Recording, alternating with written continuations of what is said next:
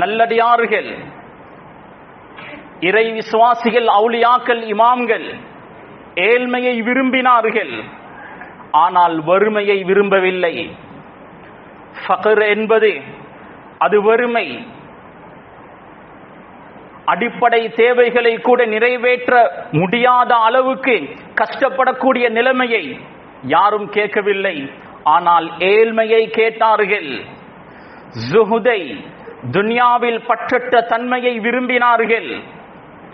கணியத்துக்குரிய சகோதரர்களே, சிலர் ஏழ்மையை விரும்பி கேட்டார்கள். இன்னும் சிலர் விரும்பியோ விரும்பாமலோ ஏழ்மையில், வறுமையில், பசி பட்டறையில் தவித்துக் கொண்டிருக்கிறார்கள்.